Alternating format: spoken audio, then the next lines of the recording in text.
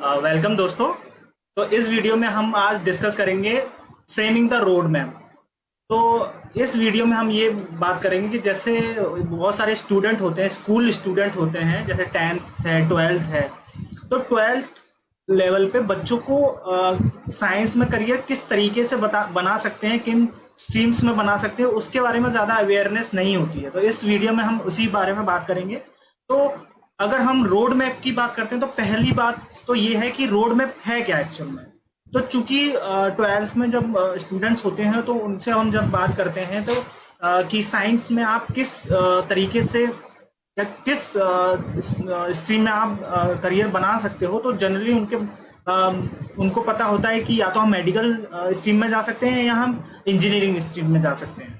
तो हम इसी चीज़ को लेके इस वीडियो में आगे बढ़ेंगे। तो रोड मैप बेसिकली एक रफ आपका ग्राफ होता है और ये ग्राफ आपको बताता है कि किस लेवल पे आपको कौन सा स्टेप और किस स्ट्रेटजी के साथ आगे बढ़ना है। तो अगर हम रोड मैप की बात करते हैं तो ये जनरली 3 टाइप के होते हैं, हमारा rough map and draft map and fine map. तो इस जैसा कि आप इस स्लाइड में देख सकते हैं, ये जो मैप है रफ मैप है। बेसिकली रफ मैप आपको एक ब्रॉड प्रोस्पेक्टिव देता है साइंस में करियर्स के बारे में। जैसे अगर आप 12th के स्टूडेंट हैं तो आप देख सकते हैं बेसिकली यहाँ पे 3 ब्रांचेस हैं जो कि 3 स्ट्रीम्स को यहाँ पे बताती है। पहला, अगर आप मेडिकल में अपना करियर बनाना चाहते हैं, अच्छा यहाँ पे जो ट्रायंगल जो सिंबल है वो बेसिकली आपके कॉम्पिटिटिव एग्जाम्स को बता रहा है। तो अगर आपको मेडिकल स्ट्रीम में करियर बनाना है तो आपको उसके लिए नीट एग्जाम क्वालिफाई करना पड़ेगा। और नीट क्वालिफाई करने के बाद जब आपको एमबीबीएस की सीट मिलती है, बेसिकली एमबीबीएस जो मेडिकल कोर्स है वो 5 साल का होता है। और जब आप कंप्लीट कर लेते हो एमबीबीएस, यहाँ पे ये जो 0 1 2 3 है, ये ईयर्स आपको बता रहे हैं कि कितना ईयर्स का कौन सा कोर्स होता है।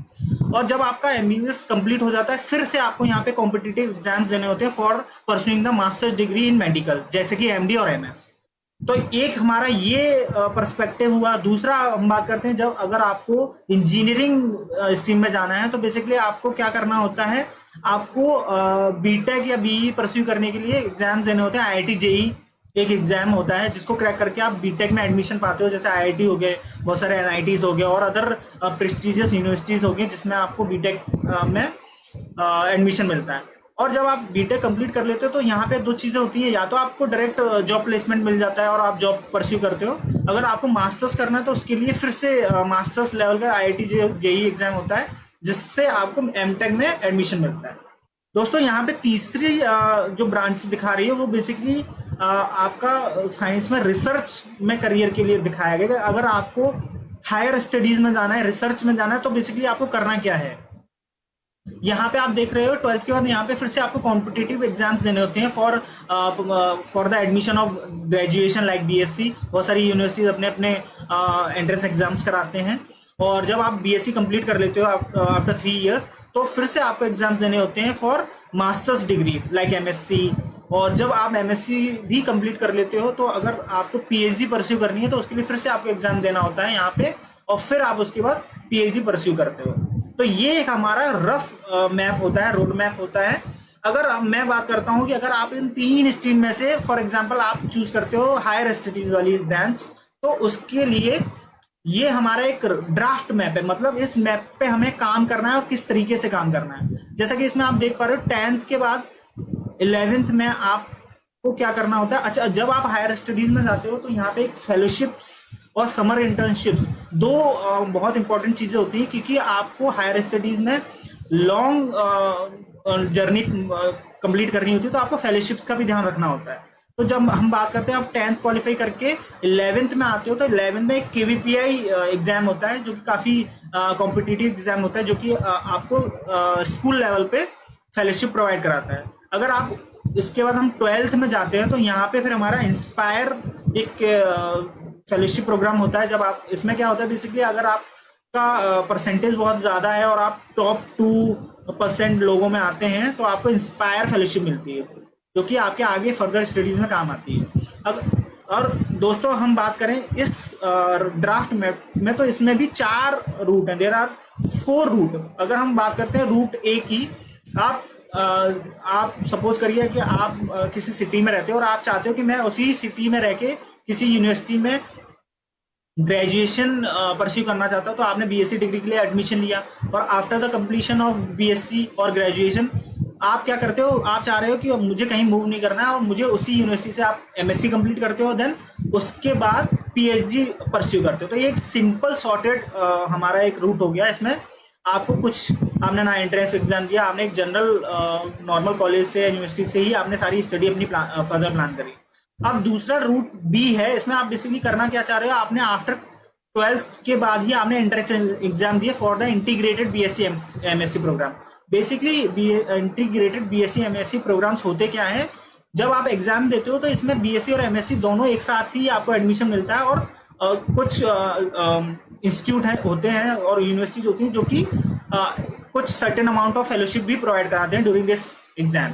तो ये बेसिकली इंटीग्रेटेड बीएससी एमएससी 5 साल का कोर्स होता है। जब आपका 5 साल का कंप्लीट हो जाता है और आप एमएससी डिग्री ले लेते हो, तो उसके बाद आपको फिर से फॉर द परसुइंग पीएचडी आपको बहुत सारे एग्जाम्स देने होते हैं, like CSIR net, DBT JRF, gate, ICMR net, inspire. ये एग्जाम बेसिकली आपको फेलोशिप प्रोवाइड कराते हैं, जो कि आपको 5 साल की पीएचडी टेन्योर में आपको फाइनेंशियल सपोर्ट मिलता है। इसके बाद हमारा रूट सी है। बेसिकली इसमें क्या है कि आपने बीएससी नॉर्मली किसी भी यूनिवर्सिटी से कर लिया और फिर उसके बाद आप चाहते हो कि मुझे एमएससी और पीएचडी एक साथ करनी है, तो उसके लिए एक इंटीग्रेटेड एमएससी पीएचडी प्रोग्राम होता है। तो इसके लिए भी डिफरेंट यूनिवर्सिटी और रिसर्च इंस्टीट्यूट इंडिया में अपने एग्जाम्स कराते हैं, और जब आप इसको क्वालिफाई कर लेते हो तो इसमें भी सर्टेन अमाउंट ऑफ फेलोशिप मिलती है। अगर हम पीएचडी फेलोशिप की बात करते हैं तो भी जो हमें as a JRF 37,000 plus HRA मिलता है और as a SRF 32,000 plus HRA मिलता है। तो इंटीग्रेटेड एमएससी पीएचडी में क्या होता है, जो हमारा आपका एमएससी ड्यूरेशन होगा उसमें एक सर्टेन अमाउंट होगा जो कि यूनिवर्सिटी के अकॉर्डिंग ही होता है, लाइक 16,000 या 20,000। बट पीएचडी में आपको जितना फेलोशिप जैसे CSIR नेट और DBT JRF वगैरह में जो फेलोशिप मिलता है वही मिलेगा आपको। फिर उसके बाद आप पीएचडी तक ये आपको फेलोशिप मिलेगी जो कि आपको फाइनेंशियल असिस्टेंस देता है। और हमारा जो लास्ट रूट है, इसमें बेसिकली आप क्या कर रहे हैं, डुअल डिग्रीज, बहुत सारे इंस्टीट्यूट होते हैं, आइसर्स होते हैं जो कि डुअल डिग्री कोर्स चलाते हैं, लाइक BSMS। ये इंटीग्रेटेड बीएससी एमएससी की तरह ही होता है, पर इसमें आपको एक सर्टेन अमाउंट ऑफ फेलोशिप मिलेगा, जो कि आइसर, जो कि बहुत प्रेस्टिजियस रिसर्च इंस्टीट्यूट है इंडिया में।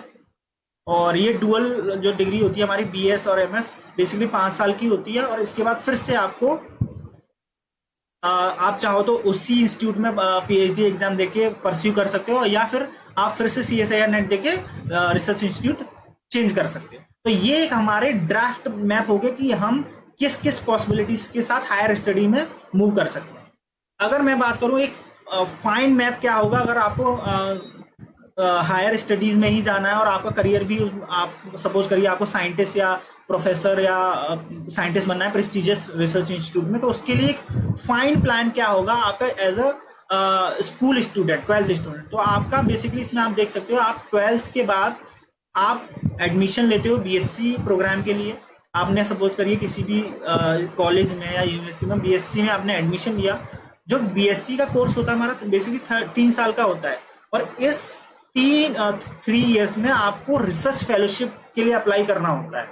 तो बेसिकली रिसर्च फेलोशिप प्रोग्राम जो इंडिया में होते हैं, ये क्या करते हैं, जो आपके बीएससी एग्जाम में जो समर वेकेशंस होते हैं उसमें ये फेलोशिप आपको मिलती हैं, और ये आपके सीवी को बहुत ज़्यादा इन्हेंस करती हैं। और जब बहुत एनहेंस करती हैं तो ये इन रिसर्च फेलोशिप के बारे में हम आगे वाली वीडियो में बात करेंगे। जब आप बीएससी कंप्लीट कर लेते हो तो फिर आप बहुत सारे एंट्रेंस एग्जाम देते हैं for the admission of masters और एमएससी। तो लाइक जैसे बहुत सारे एग्जाम्स हो गए, IIT जैम हो गया, और बहुत सारी यूनिवर्सिटी अपने एग्जाम कराते हैं, आप उनको क्वालिफाई करते हो और आप एमएससी में एडमिशन लेते हो। और जब आप एडमिशन ले लेते हो एमएससी में, तो उसके बाद आपको अपनी सीवी स्ट्रॉन्ग करने के लिए बहुत सारे प्रोजेक्ट ग्रांट्स के लिए भी आप लिख सकते हो। अगर आपको एमएससी के दौरान ही प्रोजेक्ट ग्रांट मिल जाती है तो ये आपके एकेडमिक जर्नी के लिए बहुत ज़्यादा इम्पैक्टफुल होता है। और जब आप 2 साल के बाद एमएससी कंप्लीट कर लेते हो तो यहाँ पे आपको जो फेलोशिप एग्जाम्स होते हैं वो आपको देने होते हैं, like CSIR net, UGC net, DBT JRF, ICMR JRF और इंस्पायर फेलोशिप्स। जब ये आपको मिल जाती हैं, तो आप उसके बाद पीएचडी एडमिशन ले सकते हो। और पीएचडी एडमिशन के लिए भी दो चीज़ें होती हैं, या तो आप सिंपली रिसर्च इंस्टीट्यूट, जो कि हमारे इंडिया में प्रेस्टीजियस रिसर्च इंस्टीट्यूट है like ISC, CSIR labs, DBT labs, इनमें एडमिशन ले सकते हो, या फिर आप यूनिवर्सिटीज़ में एडमिशन ले सकते हो। और ड्यूरिंग पीएचडी आपको अपनी पीएचडी जर्नी को स्ट्रॉन्ग बनाने के लिए बहुत सारी फेलोशिप्स होती हैं, जो कि एक्सचेंज प्रोग्राम होते हैं। ये एक्सचेंज प्रोग्राम आपकी सीवी को बहुत एनहेंस करते हैं और आपको एक इंटरनेशनल रिसर्च का एक्सपोजर प्रोवाइड कराते हैं। और जब ये चीज़ आप कर लेते हो, उसके बाद आपकी पीएचडी कंप्लीट हो जाती है, तो आपके पास एक ऑप्शन होता है पोस्ट डॉक। पोस्ट डॉक ये बेसिकली रिसर्च एक्सपीरियंस प्रोग्राम होता है। जब आप पीएचडी कंप्लीट कर लेते हो तो आपको बाहर फॉरेन रिसर्च लैब्स में जाने के लिए पोस्ट डॉक करना होता है। तो इसके लिए बहुत सारे, अगर आप इंडिया में रह के पोस्ट डॉक करना चाहते हो तो उसके लिए बहुत सारी इंडियन फेलोशिप्स स्कीम्स होती हैं, लाइक डीएसटी इंस्पायर और DBT RA, CSIR RA, national post doc fellowship program, ये सारे होते हैं। अगर आप चाहते हैं कि इंटरनेशनल आपको रिसर्च एक्सपीरियंस मिले या एक्सपोजर मिले, उसके लिए बहुत सारी इंटरनेशनल फेलोशिप्स भी होती हैं, like Fulbright, DAAD, Indo US, Indo Japan, Indo Australia, these exchange programme. और जब आप एक अच्छी इंटरनेशनल लैब में काम करके आते हो और आपको फिर से इंडिया में आके आप चाहते हो कि इंडिया में आप किसी यूनिवर्सिटी या किसी प्रेस्टीजियस रिसर्च इंस्टीट्यूट में आप अपॉइंट होना चाहते हो, तो इसके लिए बहुत सारी री एंट्री फेलोशिप प्रोग्राम भी होते हैं। बहुत इंडियन गवर्नमेंट बहुत सारी फेलोशिप प्रोवाइड कराती हैं टू स्टैब्लिश योर वैकेंसी और establish your career in research institute as a scientist. तो ये जो एक फाइन मैप है, जो हमारे जितने भी स्कूल के बच्चे हैं, स्कूल में हैं, 12th में हैं, जिन लोगों को लगता है कि मेडिकल, एमबीबीएस और बीटेक के अलावा कोई भी साइंस में कोई भी करियर नहीं है, तो उसके लिए मैं बता दूं कि रिसर्च में भी आजकल इंडियन गवर्नमेंट बहुत फंडिंग दे रही है। और आपको हर स्टेप पे, हर आपके एजुकेशनल स्टेप पे आपको फेलोशिप मिलती हैं। बस उसके लिए आपको अवेयर रहने की बहुत ज़रूरत है। और इस वीडियो में हमने एक आपको रफ आइडिया दिया है बहुत सारे research fellowship, summer research fellowship, entrance exams के बारे में। आगे की वीडियो में हम बेसिकली बात करेंगे समर रिसर्च फेलोशिप के लिए, जो ग्रेजुएशन और मास्टर्स लेवल पे मिलती हैं। तो अगर वीडियो आपको पसंद आया हो तो लाइक करिए, शेयर करिए। Thank you.